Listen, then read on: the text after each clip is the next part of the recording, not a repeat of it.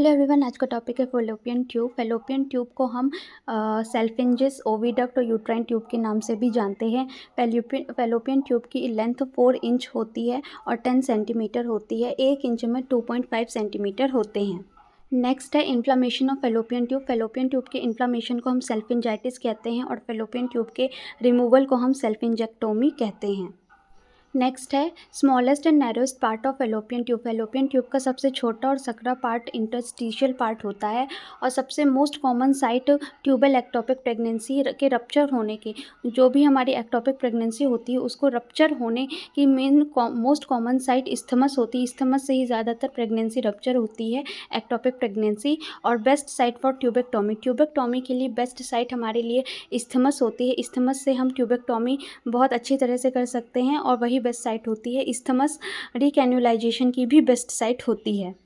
Next है largest and widest part of Fallopian tube.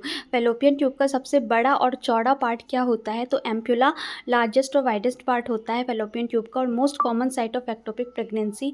Ectopic pregnancy होने का जो इस्थमस थी वो रप्चर होती थी, वहाँ से वो कॉमन साइट थी, लेकिन एक्टोपिक प्रेगनेंसी कंसीव होने की मोस्ट कॉमन साइट होती है ampulla. Most common site of fertilization होने की मोस्ट कॉमन साइट होती है वो भी एम्प्यूला ही होती है। और बेस्ट आंसर अगर हमें चाहिए तो फर्टिलाइजेशन का, तो हम कहेंगे junction between the ampulla and stomach. Means ampulla और इस्थमस के बीच का जो जंक्शन, ये सॉरी स्टमक है बट यहाँ पे इस्थमस होना चाहिए।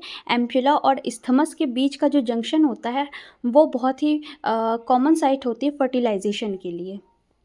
नेक्स्ट है most common site of tubal abortion. Means tubal abortion की मोस्ट कॉमन साइट क्या होती है? वो भी एम्प्यूला ही होती है। और in terminal end of infundibulum there is finger like projection that is called fimbria. Means Fallopian tube के लास्ट में जो भी हमारी ट्यूब होती है फैलोपियन ट्यूब की, उसके लास्ट जो एंड होता है फैलोपियन ट्यूब का, उसमें फिंगर्स लाइक प्रोजेक्शन पाई जाती हैं, उसको हम फिम्ब्रिया कहते हैं। और एक fimbria is long that is called ovarian fimbria. और एक जो उसमें से जो फिंगर लाइक फिम्ब्रिया होती हैं उनमें से एक फिंगर लाइक प्रोजेक्शन ज़्यादा लंबी होती है, लॉन्ग होती है।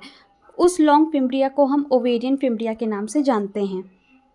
नेक्स्ट बात करेंगे ओवम ट्रैवल की। अगर जो ओवम का ट्रैवलिंग स्पेस होता है वो 3 to 4 सेंटीमीटर होता है और स्पर्म का ट्रैवल स्पेस 13 to 14 सेंटीमीटर होता है। मीन्स हमारा जो ओवम है वो 3 से 4 सेंटीमीटर तक जा सकता है, लेकिन जो हमारा स्पर्म है वो 13 से 14 सेंटीमीटर तक जाता है। यही कारण है कि जो हमारा फर्टिलाइजेशन होता है वो एम्प्यूला वाले पार्ट पर होता है। सो ये था आज का वीडियो।